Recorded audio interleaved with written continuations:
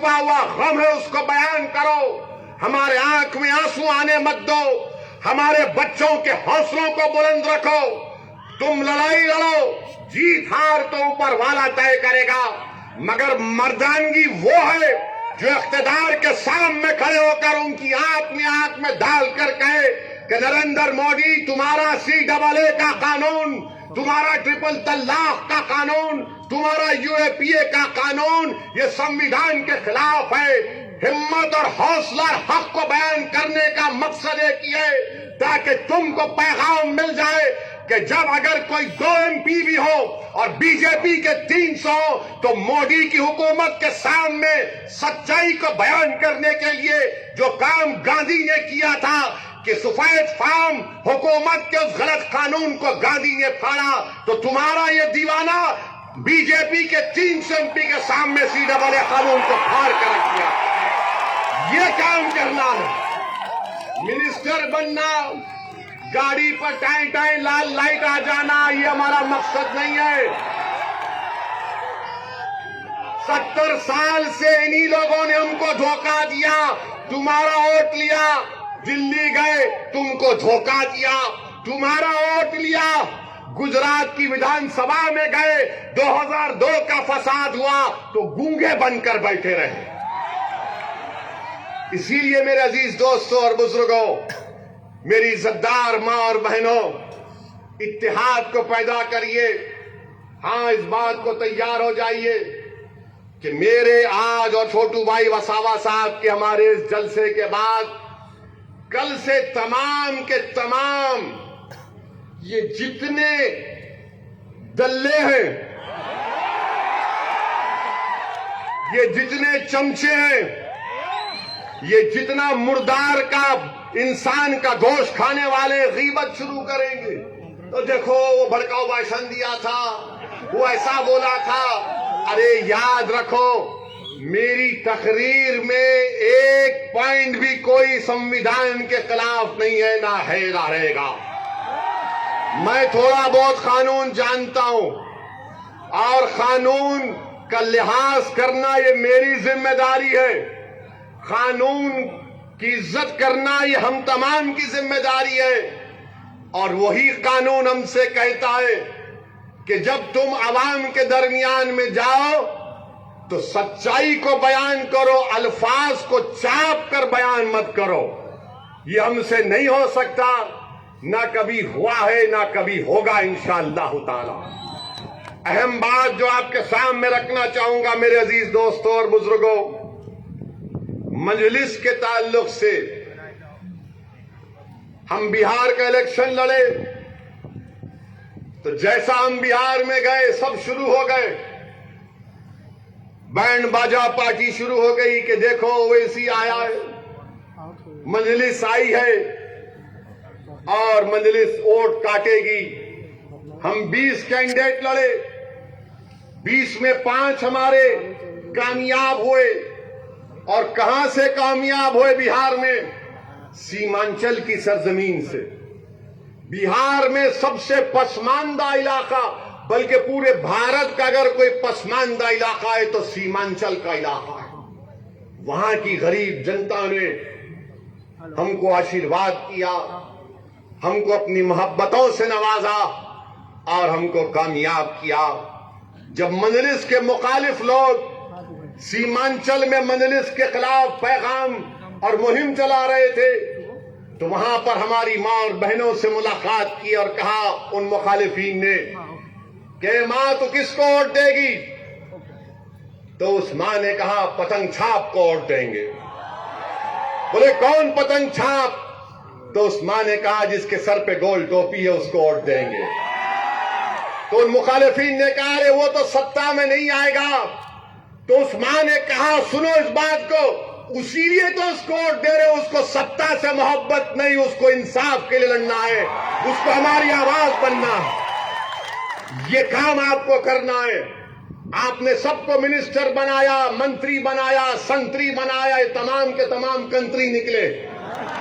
अब आपको मर्दों को भी जाना है, बहादुर मां और बहनों को वोट डालकर भी जाना है, जिनकी जबानों पर तुम्हारी नाइंसाफियों की दास्तान हो, जिनकी सोच और फिक्र में तुम्हारी तरक्की हो, जिनका जीना और मरने का मकसद तुम्हारी लड़ाई लड़ना हो। इसीलिए मैं आपसे कह रहा हूं कि जिस तरह बिहार की जनता ने मजलिस के 5 उम्मीदवारों को कामयाब किया, मेरी आंखें वो दिन देख रही हैं। इंशाअल्लाह ताला हम छोटू भाई वसावा के साथ गुजरात में इंशाअल्लाह ताला अपनी एक सियासी हैसियत को बनाएंगे और एक ताकतवर हैसियत को बनाएंगे यहां पे इंशाअल्लाह ताला।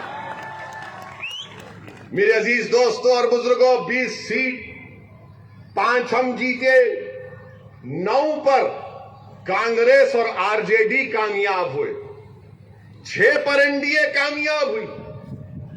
और वो 6 जो एनडीए कामयाब हुई, उनका जो कुल वोट था हमारे वोट से बढ़कर था। जब मैंने ये तमाम चीजें डाल दी तो ये लोग जो डरते हैं ना, जो मजलिस की मुखालिफत क्यों करते हैं, वो इसलिए करते हैं कि वो हमेशा तुमको गुलाम बनाकर रखना चाहते हैं, तुमको डरा कर रखना चाहते हैं, तुमको खौफ दिलाकर रखना चाहते हैं कि अगर तुम हमसे हटकर किसी को वोट दोगे तो तुम्हारी जिंदगी को खतरा, अगर तुम हमसे हटकर किसी का साथ दोगे तो तुम्हारी मस्जिद को खतरा, अगर तुम हमसे हटकर किसी को वोट दोगे तो तुम्हारा जीना मरना या तुम्हारे इलाके में डेवलपमेंट नहीं होगा। मेरे भाई याद रखो मेरी इस बात को। मैं भी थोड़ा बहुत उलेमाओं के पैरों के पास बैठकर उनकी जबान से सुनाऊं कि जब हशर के दिन अल्लाह सबको जमा करेगा, जिसमें तुम और हम भी शामिल होंगे, उनसे पूछा जाएगा कि बताओ तुमने दुनिया में कितने दिन गुजारे। उन तमाम से पूछेगा रब्बे करीम, तो सब पुकार कर कहेंगे अल्लाह एक दिन गुजारा था हमने। और तुम उस एक दिन के लिए, तुम सिर्फ इस एक दिन के लिए डरोगे, तुम सिर्फ उस एक दिन के लिए इन बातिल ताकतों के सामने अपना सर को झुकाओगे, तुम सिर्फ एक दिन के लिए अपनी आंख में आंसू लाओगे उनके खौफ से नहीं। अगर एक दिन जीना है तो अल्लाह के खौफ से आंसू पैदा करो, अगर एक दिन जीना है तो हिम्मत से गुजारो, अगर एक दिन जीना है और जिएंगे एक दिन तो इज्जत से गुजारो, और इज्जत से गुजारो और इज्जत से जाएंगे इंशाअल्लाह ताला। मेरे अजीज दोस्तों और बुजुर्गों, ये इसलिए कह रहा हूं, ये इसलिए कह रहा हूं कि सोचो मेरी इस बात को, सोचो मेरी इस बात को, सोचो मेरी इस बात को। अब डरना किसी से नहीं है। जमहूरियत है, संविधान सबके लिए बराबर है। हाँ तकलीफ होगी, रास्ते में कांटे बिछाए जाएंगे, मसाइब का मुश्किलात का सामना करना पड़ेगा, मगर सुनो दीवानों, रसूलुल्लाह सल्लल्लाहु अलैहि वसल्लम के गुलामों सुनो। तुमने सुना होगा उलमाओं की जबानों से कि कमली वाले ने कहा था कि सबसे ज्यादा मुझे सताया गया है, उसके बाद किसी को इतना नहीं सताया जाएगा। मेरे अजीज दोस्तों और बुजुर्गों, अपनी हिम्मत और हौसलों को बुलंद रखो। क्या तुम नहीं देखते कि हमारी तारीख में ऐसे ऐसे वाकयात हैं, तारीख के किताबों में, सीरत की किताबों में वाकयात हमारे सामने है। हजरत बिलाल को गरम गरम रेत पर पत्थर रख दिया जाता था, और जब अल्लाह ने उनको इज्जत दी, कैसे इज्जत दी, कहा कि आका ने फरमाया कि बिलाल काबे की छत पर खड़े हो जाओ और अज़ान दे। ये होता है मसाइब और मुश्किलात से गुजरना पड़ेगा, और वही लोग कामयाब होते हैं जिनमें इत्मीनान होता है, जिनमें भरोसा होता है, जिनमें हिम्मत होती है। और हमको और आपको यही काम करना है। मैं हमारे बुजुर्गों से अपील करूंगा, जो मेरी गुफ्तगू को बहुत ज्यादा पसंद नहीं करते, मगर मैं हमारे बुजुर्गों से हाथ जोड़कर अपील कर रहा हूं कि आप भी इन बच्चों का मुस्तकबिल अपनी जवानी जैसा तुमने गुजारने दोगे। हमारे बुजुर्गों से अपील कर रहा हूं कि इन बच्चों के लिए, आने वाली नस्लों के लिए ये आने वाला कल उनका होगा, उनके अच्छा बनाने के लिए, उनके हुकूक को हासिल करने के लिए, भारत की जमहूरियत को और भारत के संविधान पर और अटूट भरोसा पैदा करने के लिए मैं आपसे अपील कर रहा हूं कि छोटू भाई वसावा की बीटीपी पार्टी का साथ दीजिए, मंजलिस का साथ दीजिए। ये तो शुरुआत हुई है गुजरात से, अभी यहां से हम शुरू करेंगे। अभी तो पहला कदम नहीं पड़ा और दुश्मन कांपना शुरू कर दिया। अभी तो चलना शुरू नहीं हुआ, सियासी महलों में जलजले आना शुरू हो गए। अभी तो दौड़ना शुरू नहीं किए तो मातम शुरू हो चुका है।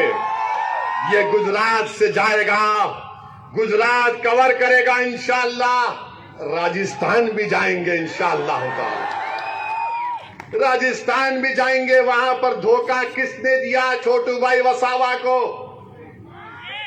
किसने दिया?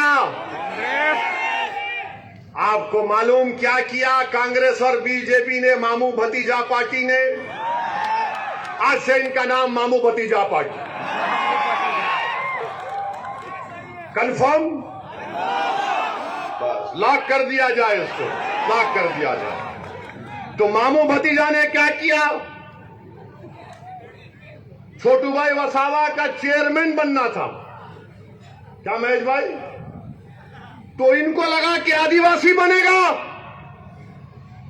आदिवासी पार्टी का बनेगा। तो मामू भतीजे बोले, मामू वो भतीजा, दोनों गले मिल लिए, लपट के रोए, बोले नहीं नहीं हम दोनों एक हैं, ये गंदा है, इसको नहीं बनाएंगे। धोखा दिया, धोखा दिया। और एक चेयरमैन की सीट के लिए, एक चेयरमैन की सीट के लिए सोचो इनके दिलों में कितनी नफरत भरी होगी। सोचो ये क्या आपको ताकतवर बनाएंगे, इसीलिए कह रहा हूं कि हमको गुलाम बनाकर रखना चाहते हैं। मैं आपसे कह रहा हूं कि आप मंजलिस का, बीटीपी पार्टी का साथ दीजिए। गुजरात की सियासत में एक नई तारीख हम रकम करेंगे।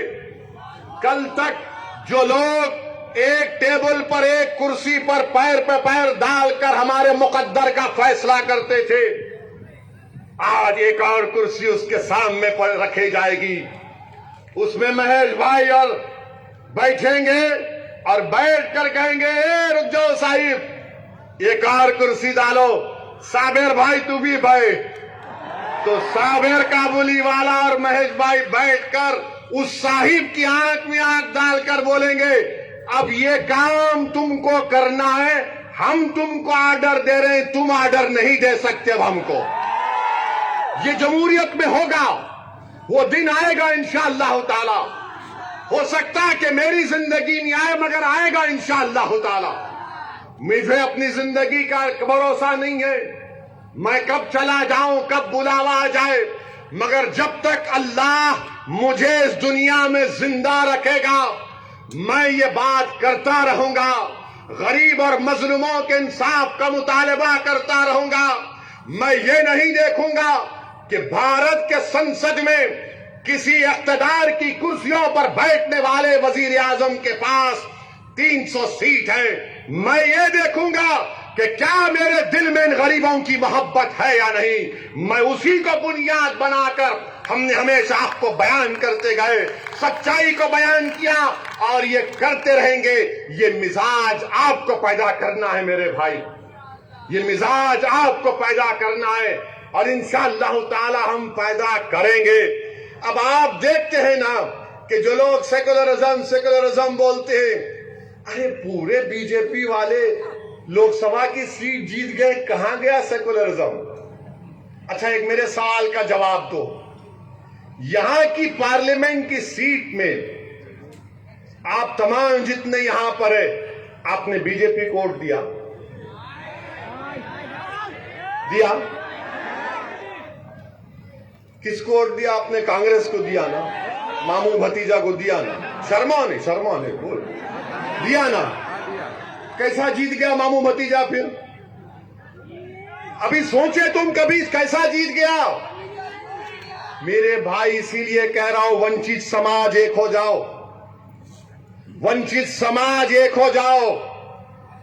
तुम्हारे वोट की अब अहमियत को जताना है तो छोटू भाई वसावा का हाथ पकड़ लो। पकड़ लिया नहीं, दिल में मोहब्बत भी पैदा करो। ये सिर्फ सियासी मोहब्बत नहीं बल्कि दिल में मोहब्बत पैदा होना चाहिए, क्योंकि देखने वाला देखे कि हां, ये मुसलमान गुजरात का जब किसी का हाथ थामता है तो सिर्फ हाथ नहीं बल्कि अपने दिल को उनके दिल से मिला देता है, अपनी सोच को उनकी सोच से मिला देता है और एक होकर हमको अपने हक के लिए लड़ना है। और मेरे भाई, आखिर में मैं आपसे अपील कर रहा हूं कि ये किसान भाइयों के लिए दुआ फरमाइए, किसान भाइयों के लिए दुआ फरमाइए। इनके मुतालिबात हक बजानिब हैं। हम भारत के प्रधानमंत्री से भी कहेंगे कि नरेंद्र मोदी ने कहा कि मैं गरीबी से ऊपर आया हूं। हम भारत के प्रधानमंत्री से कह रहे हैं, जब आप खुद कहते हैं कि आप गरीबी से आगे बढ़े, उन किसानों की गरीबी को समझिए। आप किसान जब काम करता है वो ट्रेड नहीं है, वो बिजनेस नहीं है, वो ऑक्यूपेशन है। इसलिए भारत के प्रधानमंत्री को उनको समझना चाहिए। वो भी गरीब है, वो 2.5 महीने से एहतजाज कर रहे हैं। 100 किसान मर चुके हैं सिर्फ एहतजाज में, आज भी लाखों की तादाद में पुकार रहे हैं। मुझे किसी मीडिया के लोगों ने कहा वो एक किसान नेता रो दिया और पूरे किसान निकल कर आ गए। मैंने कहा कि जब गरीब और मजलूम बेबसी की आलम में रोता है तो कुदरत हुक्म करती है कि जाओ उस मजलूम का साथ दो, और जिसके दिल में गरीबों की हमदर्दी नहीं होती उस पर गरीब के आंसुओं का कोई असर नहीं पहुंचता। मेरे अजीज दोस्तों और बुजुर्गों, हम किसानों के साथ हैं। ये अन्नदाता हैं, ये हमको खाना खिलाते हैं, ये मेहनत करते हैं, खेत में जाते हैं, बंजर जमीन को वहां पर उसको नरम करके बीज बोते हैं, फसल को उगाते हैं और पूरे भारत के दस्तरखानों पर खाना खिलाते हैं। इनसे आज जो किया जा रहा है वो ठीक नहीं किया जा रहा है, वो बहुत गलत हो रहा है, बहुत गलत हो रहा है। इनको बुलाना चाहिए, देश के प्रधानमंत्री को अपने घर में बुलाना चाहिए। और जिस तरह हमारे देश के प्रधानमंत्री ने ओबामा को चाय डालकर पिलाया था, अच्छा किया। हमारा मेहमान है, जो भी आता है उसको उसकी खातिर तवाज़ो करना चाहिए। हम देश के प्रधानमंत्री से उम्मीद करेंगे वो तमाम किसानों को अपने घर पे बुलाएंगे, अपने हाथ से उनको चाय और बिस्किट खिलाकर कहेंगे कि जाओ, आज से तुम खुश रहो, तुम पे जो कानून है हमने उसको माफ कर दिया, रिपेल कर दिया उस कानून। भारत के प्रधानमंत्री को दरिया दिली दिखाना जरूरी है। इन किसानों के गम को समझने की जरूरत है। और जो हमारे मीडिया के दोस्त ने सवाल किया था कि आप गुजरात को आए हैं, मोदी और शाह के गुजरात को आए हैं, मैं मीडिया के हमारे लोगों से कहना चाह रहा हूं, होम मिनिस्टर भारत के शाह साहब हैं।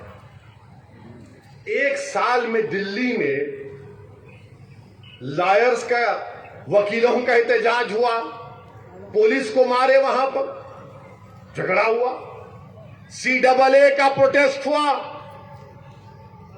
दिल्ली में फसाद हुआ, 50 से ज्यादा लोगों की जानें चली गई, 20 से ज्यादा मसाजिद को नुकसान किया गया, जलाया गया।